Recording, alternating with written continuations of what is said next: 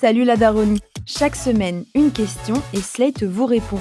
Libre à vous de suivre ou non nos conseils. Dans tous les cas, et quoi que vous fassiez, il y a 50% de chances que vos enfants vous en veuillent à l'âge adulte. Ce qui leur coûtera des sommes folles en psychanalyse, mais ça, ce ne sera plus votre problème. D'ici là, on va tenter de vous accompagner dans votre job de parent. Salut Benjamin, quelle est la question du jour ?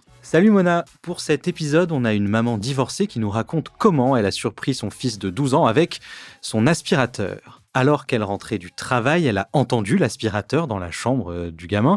Elle n'en revenait pas que son fils puisse être enfin en train de faire le ménage alors qu'elle lui avait maintes et maintes fois répété de le faire sans succès évidemment. Elle est donc montée le voir, mais quand elle a ouvert la porte, elle a trouvé son fils, le pantalon baissé, le pénis dans l'aspirateur. Et comment a-t-elle réagi face à ça ? Face à son fils complètement pétrifié, elle est partie se cacher dans sa propre chambre après s'être excusée.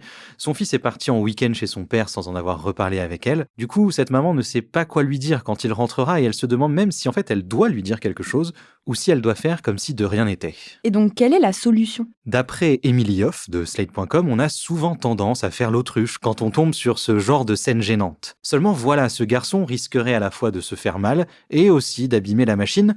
Pour la journaliste, il vaut mieux en parler donc, même si cela passerait peut-être un peu mieux dans le cadre d'une discussion d'homme à homme. Elle préconise donc de confier l'affaire au père du garçon. Oui, c'est son idée, ils pourraient tous les deux en discuter, même avec humour peut-être, et le papa pourrait à cette occasion expliquer à son fils qu'il existe plein de façons d'atteindre son objectif, mais qu'essayer d'y parvenir avec des appareils ménagers, ce n'est sans doute pas l'idée du siècle. En effet, merci Benjamin pour tous ces conseils. On espère que ça aidera tous les parents confrontés à la même situation.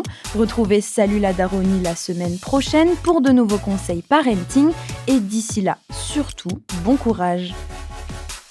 Salut la daronie est un podcast produit et réalisé par Slate.fr sous la direction de Christophe Caron et Benjamin Septem-Ours.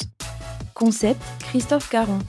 Format, Benjamin Septem-Ours. Traduction, Clara Frances. Adaptation et présentation, Mona Delahaye et Benjamin Septem-Ours. Prise de son, Nina Pareja. Montage et réalisation, Mona Delahaye.